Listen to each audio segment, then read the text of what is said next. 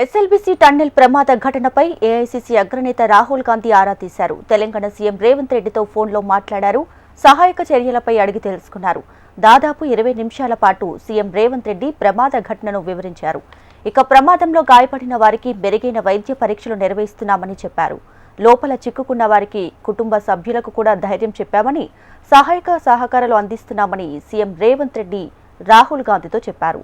తెలంగాణ ప్రభుత్వం చేపడుతున్న సహాయక చర్యలను రేవంత్ రెడ్డి వివరించారు.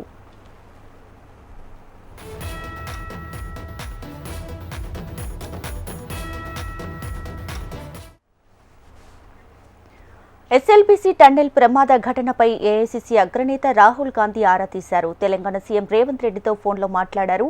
సహాయక చర్యలపై అడిగి తెలుసుకున్నారు. దాదాపు 20 నిమిషాల పాటు సీఎం రేవంత్ రెడ్డి ప్రమాద ఘటనను వివరించారు. అయితే ప్రమాదంలో గాయపడిన వారికి మెరుగైన వైద్య పరీక్షలు నిర్వహిస్తున్నామని చెప్పారు. అలాగే లోపల చిక్కుకున్న వారి కుటుంబాలకు ధైర్యం చెప్పామని, సహాయ సహకారాలు అందిస్తున్నామని సీఎం రేవంత్ రెడ్డి చెప్పారు. తెలంగాణ ప్రభుత్వం చేపడుతున్న సహాయక చర్యలను రేవంత్ రెడ్డి వివరించారు.